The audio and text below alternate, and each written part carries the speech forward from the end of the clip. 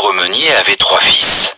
Quand il mourut, tout ce qu'il leur laissa était un moulin, un âne et un chat. Comme je suis le plus âgé, je prendrai le moulin, Déclara le fils aîné. Je suis le suivant, je prendrai l'âne. Ajouta aussitôt le second fils. Ils se tournèrent vers leur frère cadet, Marquis. Quelle chance tu as! Tu auras le chat! Les 2 frères se moquaient de lui et riaient fort. Le pauvre garçon secoua la tête quand ses frères s'en allèrent. Ce n'était pas juste du tout. Mes frères peuvent bien gagner leur vie avec le moulin et l'âne. Et moi, je suis coincé avec Minou. Dit Marquis en se tordant les mains de désespoir. Minou l'avait écouté. Il s'étira et fit un gros bâillement. Allons, allons, tu n'as pas à t'en faire tant que je suis là. Lui dit-il. Tout ce qu'il me faut, c'est un sac et une belle paire de bottes. Et je saurai bien prendre soin de nous deux. Certainement, Songea Marquis. Mais à vrai dire, il avait surtout vu Minou pratiquer de nombreuses ruses pour attraper rats et souris. Au moins, il ne mourrait pas de faim.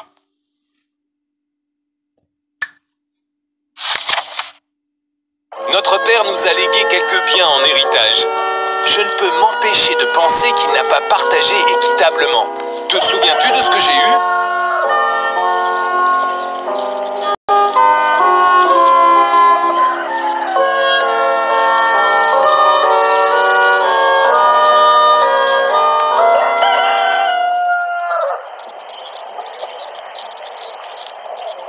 Mon père m'a laissé ce chat. Qu'est-ce que je suis censé faire avec lui ? Tu n'as rien à faire avec moi. Un chat qui parle ? Je t'ai vraiment entendu parler ou bien j'ai rêvé ? Mon cher maître, ne crois pas que je sois inutile. Attends de voir ce que je peux faire et tu seras heureux que je t'appartienne. Comment puis-je être heureux alors que je n'ai rien d'autre qu'un chat ? Tu vas bientôt comprendre.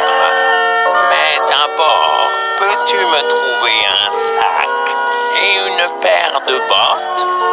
As-tu oublié que je n'ai pas d'argent ? Regarde ici, si tu peux trouver un sac. Puis on ira voir le cordonnier pour qu'il te fabrique une paire de bottes. Merci, c'est exactement ce qu'il me faut. Maintenant qu'on a un sac, allons chercher une paire de bottes chez le cordonnier. Tu as trouvé un sac. Tu es un petit malin. Viens, on va voir le cordonnier. Je lui paierai les bottes plus tard.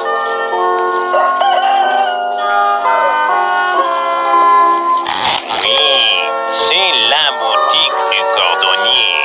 Ici, je peux avoir mes bottes. C'est la dernière paire de bottes que j'ai. Puisse-t-elle te porter chance? Merci. Ces bottes me vont parfaitement.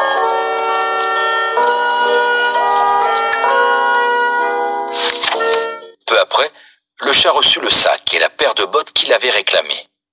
Les bottes lui allaient parfaitement. Il avait l'air très élégant. Minou fourra un beau chou et un peu de son dans le sac et le jeta sur son épaule. Puis, il lissa ses moustaches et sortit. Il se rendit tout droit en un lieu où il y avait beaucoup de lapins. Il avait un bon plan en tête. Minou ouvrit tout grand le sac et se cacha derrière un arbre. Bientôt, un lapin arriva en sautillant. Il vit le chou et bondit droit dans le sac. Ouch! Plus rapide que le vent, Minou attrapa le sac et le ferma avec une corde. Avec le lapin dans son sac, Minou se rendit tout droit au palais du roi. Il se présenta avec le lapin, en s'inclinant bien bas. Votre Majesté, Déclara le chaboté d'un ton royal. cet humble cadeau vous est offert par mon maître, le seigneur marquis de Carabas.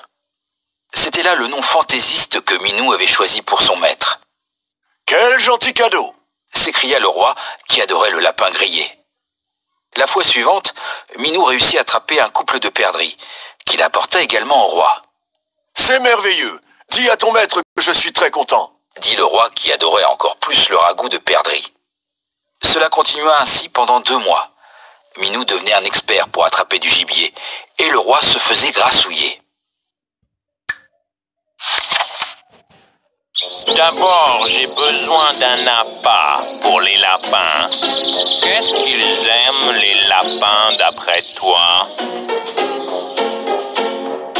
C'est exactement ce qu'il nous faut. Aucun lapin ne peut résister à l'odeur d'un bon chou frais.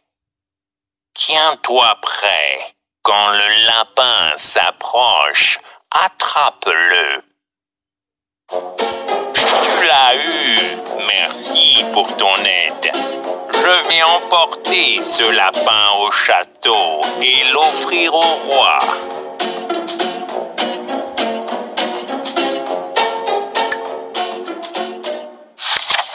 Minou savait beaucoup de choses. C'était un chat si malin. Par exemple, il savait exactement quand et où le roi partirait se promener en calèche avec sa fille. Je pense que Marquis et moi devrions sortir faire un tour aujourd'hui. Songea Minou par un beau samedi ensoleillé. Minou emmena Marquis au bord de la rivière et s'adressa à son maître. Aujourd'hui pourrait bien être ton jour de chance. Si tout se déroule comme prévu, tu vas faire fortune. Clip-clop, clic-clang. Minou entendit le bruit d'une calèche qui s'approchait. Tous deux scrutèrent au loin. C'était la calèche du roi. « Qu'est-ce que je dois faire ?» demanda Marquis prêt à obéir. La nourriture que Minou apportait chaque jour l'avait rendu plus heureux. Va te baigner dans la rivière. Je m'occupe de tout le reste, déclara Minou. C'est tout ? S'étonna Marquis. Il enleva ses habits et plongea aussitôt dans la rivière. Plouf! Minou alla vite cacher les vêtements de son maître derrière un rocher.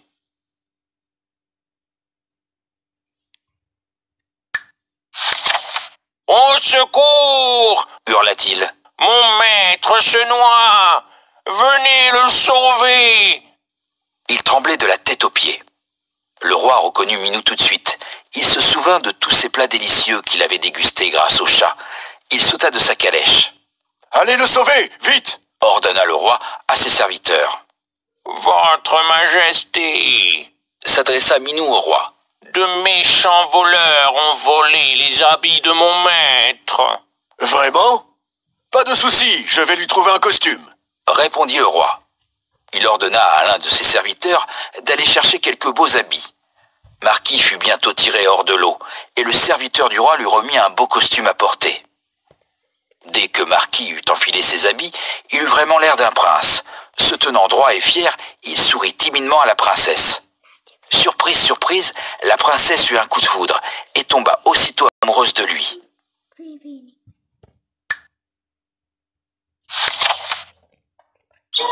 Maître, j'ai une bonne idée.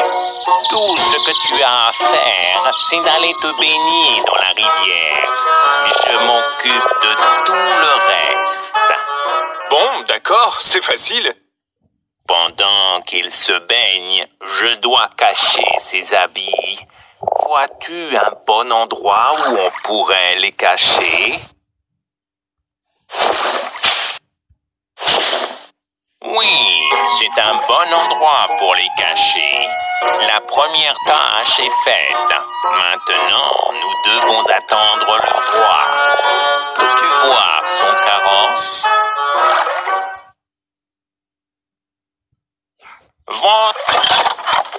Cocher, arrête-toi! Quelqu'un appelle au secours! Au secours! Aidez-moi! Votre Majesté, je suis le chat botté. Vous vous souvenez de moi? Mon maître a décidé de se baigner. Il est allé dans un endroit profond, mais par malheur, il ne peut pas revenir. Ah, je me souviens de toi. C'est toi qui m'as apporté des cadeaux, hein? Attends, on va sauver ton maître.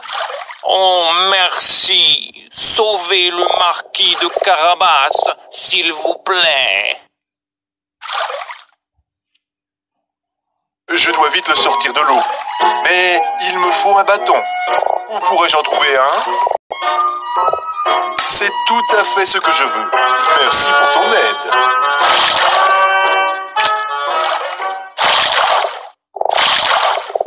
Et voilà, cher marquis de Carabas, sain et sauf sur la terre ferme. Votre Majesté, pendant que mon maître nageait, on lui a volé son magnifique costume. Il n'a plus rien à se mettre à présent. Je vais ordonner que les vestiaires royaux nous envoient les meilleurs costumes pour ton maître. Merci pour votre aide. Comment puis-je vous récompenser? Nous serions enchantés si vous pouviez vous joindre à notre voyage. Qu'en dites-vous? Oh, bien sûr, mon maître serait ravi de vous accompagner. Oui, j'aimerais beaucoup accepter votre offre et faire connaissance avec vous et votre fille. Alors prenez place et en route! Je suis ravie de vous rencontrer, cher marquis de Carabas.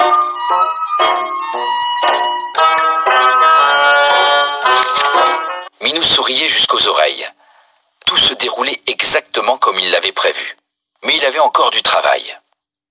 Si vous voulez bien m'excuser, je vais prendre les dispositions convenables pour recevoir notre roi au château, Déclara Minou. Marquis était perplexe, car il ne vivait pas dans un château, mais il garda le silence. Minou courut droit devant lui et rencontra quelques hommes qui fauchaient des prés. Mes chers amis, Leur lança-t-il. cessez votre travail et écoutez-moi. Le roi s'en vient par ici et vous aurez tous de graves ennuis. La seule façon de vous en sortir est de dire que ces prés appartiennent au seigneur marquis de Carabas. Les faucheurs regardèrent Minou avec étonnement. Ils prirent peur. Ce seigneur marquis doit être très puissant, pensèrent-ils.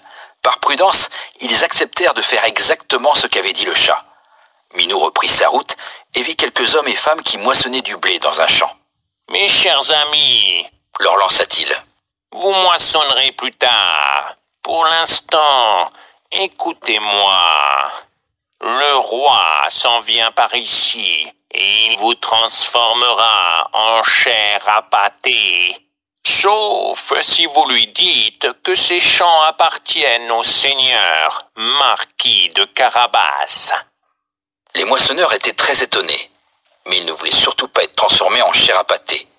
Ils promirent de dire au roi que les champs n'appartenaient à personne d'autre que le seigneur marquis de Carabas. Poursuivant son chemin, Minou avertit tout le monde de dire au roi que ces terres appartenaient au seigneur marquis. Les gens pensèrent qu'il valait mieux ne pas énerver le seigneur marquis et décidèrent de faire exactement ce qu'avait demandé le chat. Mais Minou avait encore du pain sur la planche. Pouf, pouf. Il courut tout du long jusqu'à ce qu'il atteigne un immense château. Devine à qui appartenait ce château. Oui, le château et toutes les terres appartenaient à un ogre féroce et puissant. Mais Minou n'avait pas peur de l'ogre. Il frappa à la porte du château. Blam, blam. Deux gardes ouvrirent la porte. J'aimerais présenter mes respects à votre imposant maître. Annonça Minou. Les gardes savaient que l'ogre aimait quiconque l'admirait. Aussi laissèrent-ils entrer Minou. Celui-ci s'inclina bien bas devant l'ogre. J'ai entendu plein de choses sur vos grands pouvoirs. Est-ce bien vrai que vous pouvez vous transformer en n'importe quel animal? Demanda Minou. Même en lion? Regarde bien! Répondit l'ogre. Sous les yeux de Minou, il se transforma en un puissant lion. Il rugit si férocement que Minou grimpa dans les rideaux de frayeur. L'ogre éclata de rire.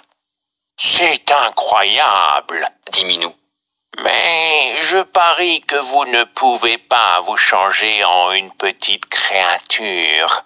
Ce doit être la chose la plus difficile au monde. Si je peux, Répondit l'ogre. Non, non, ce doit être impossible pour un ogre aussi fort de se transformer en quelque chose comme, par exemple, une souris. Avança Minou. Vraiment? Rétorqua l'ogre qui claqua des doigts. Boum!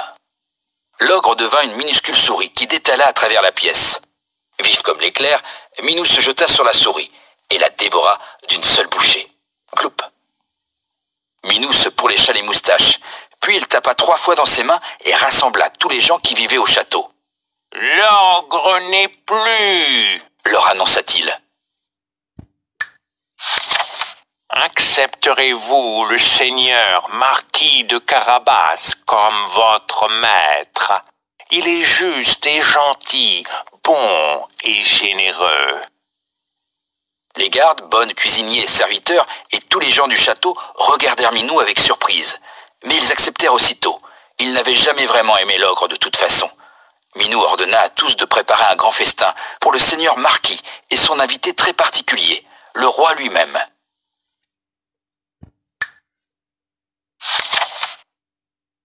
Le carrosse amenant le roi, la princesse et mon maître sera bientôt là. Je dois réveiller l'ogre tout de suite. On dirait que ce bruit ne suffit pas à le réveiller. L'ogre ne croit pas qu'il va se réveiller de cette façon. Essayons autre chose. Je ne crois pas qu'il va se réveiller de cette façon. Essayons autre chose. Quoi? Qui m'a réveillé? Le chat? Qu'est-ce que tu fais ici? Comment oses-tu me déranger? On m'a dit que vous étiez un maître en magie et que vous pouviez vous transformer en n'importe quel animal. C'est vrai? Bien sûr que c'est vrai. Je peux te le prouver si tu as le moindre doute. J'aimerais bien voir ça. Vous pouvez le faire? Changez-vous en lion, s'il vous plaît. Pas de problème. Ça fait peur. Ça suffit. Je vous crois. Je vous crois tout à fait à présent. Alors, j'ai prouvé à quel point je suis fort. En effet, en effet. Mais si je vous demande de vous changer en une petite souris, je vous parie que vous n'en êtes pas capable. C'est trop facile. Regarde-moi. Aide-moi à attraper cette souris avant qu'elle ne redevienne un ogre. Hurrah! Maintenant, ce château est à mon maître. Je suis beau et futé. Je suis le seul et unique chat beauté.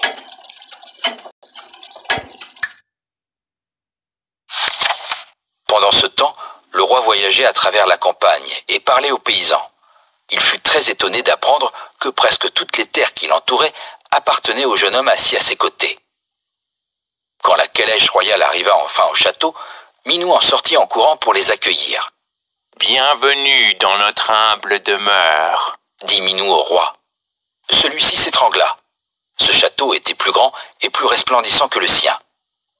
Minou les conduisit tout droit dans l'immense salle à manger. La table grinçait sous le poids de poulet rôti, de ragoût de lapin, de pâté en croûte, de canard fumé et de centaines d'autres plats. Le roi était au 7e ciel. Après avoir mangé ce somptueux festin et dégusté les vins les plus fins qu'il ait jamais goûtés, le roi déclara: « Mon cher seigneur marquis, je serais enchanté si vous vouliez épouser ma fille unique. » Marquis sourit à la princesse. « Moi aussi, si la princesse désire vivre avec moi, » répondit-il timidement. La princesse était si heureuse qu'elle aurait bien dansé tout autour du château. Elle accepta en rougissant de joie. Ils se marièrent et vécurent heureux pour toujours, ainsi que Minou, car le fidèle marquis l'avait nommé seigneur du château. Minou profitait chaque jour de bons festins et ne chassa plus jamais les rats ni les souris, sauf à l'occasion, quand il voulait s'amuser un peu.